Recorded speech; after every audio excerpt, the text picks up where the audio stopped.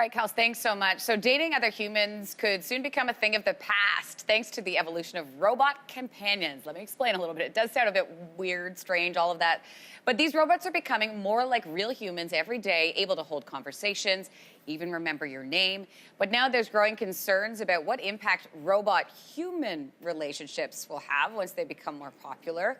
And will they? Joining me from London to discuss this is co-director of Responsible Robotics, Aimee van Winsberg. Aimee, thanks for joining us this morning. Thank you for having me. This is an interesting topic to discuss. Many companies like California-based RealDoll are trying to, I guess, create robots that can, speak, they can learn about you. Can you tell me a little bit about how companion robots are evolving to become more like relationship companions? Sure. Well, so really it's important to note that the precursors to these robots are sex dolls. And these are becoming a lot more popular. We see brothels in Japan or in Barcelona where people can go in and have a short interaction, a sexual interaction with these dolls. Now, when we start to add different functional capabilities to the dolls, that's when we're talking about a robot. So if the doll can experience or simulate an orgasm, now we can see, the incredible developments of AI that we have: facial recognition, voice recognition, speech recognition. So putting all of these capabilities into the doll makes it more like a robot. And then when it has these capabilities, of course, it can interact with you in a much more interpersonal way. It learns about you, it remembers different things about you, but you can also have different apps on your phone where you give the app information, and that information is then transferred to the robot so that you can have a much more personal interaction alongside the sexual gratification. And let's talk about the attraction, why people would want a robot versus a human relationship.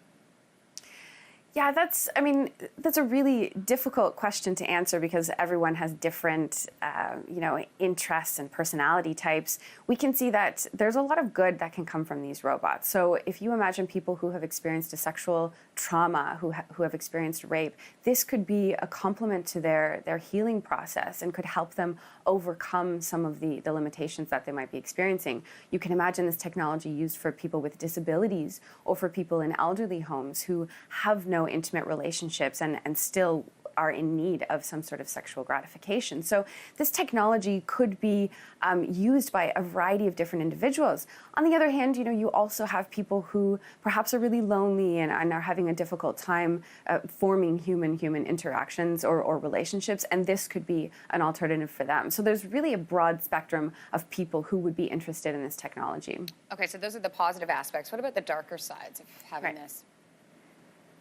Yeah, so, this is what makes the ethics of sex robots so intricate and nuanced. And this is why the Foundation for Responsible Robotics wrote this consultation document to get people to start thinking about the darker sides and as well as the positive sides. So you can imagine instances where people prefer to have a relationship with their robotic companion and you experience some sort of social isolation. You no longer want to go out and socialize with your friends or with other humans because you feel more comfortable or safer with the doll.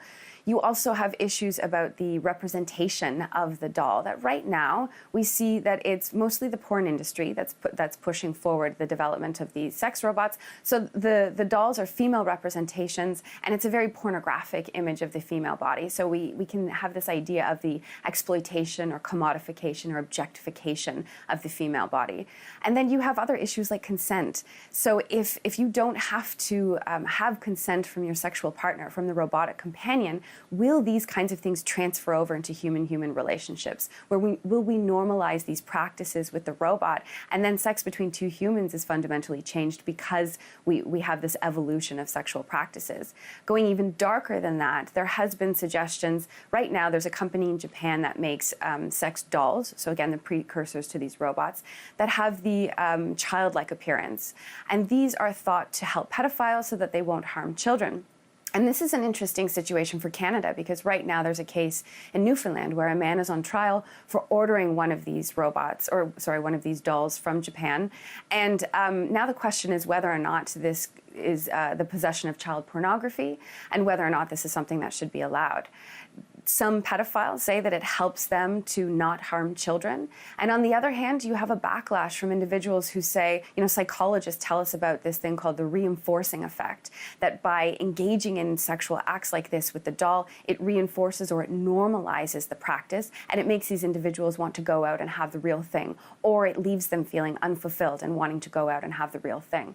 So it's really an empirical question. It's a very difficult question to answer whether or not having childlike sex dolls or robots will be a benefit to society in the sense that it will reduce or mitigate the harm to children. Really difficult question to answer. Absolutely. Very, very layered. We could talk about this for a long time. I'm sure we will be talking about it in the future. Thanks so much for being here today. It feels like the future thanks for is having here, me. Aimee. It really does. Thank you. I know. It's right around the corner. It's right around the corner. Yeah. All right. Thanks so much for being here.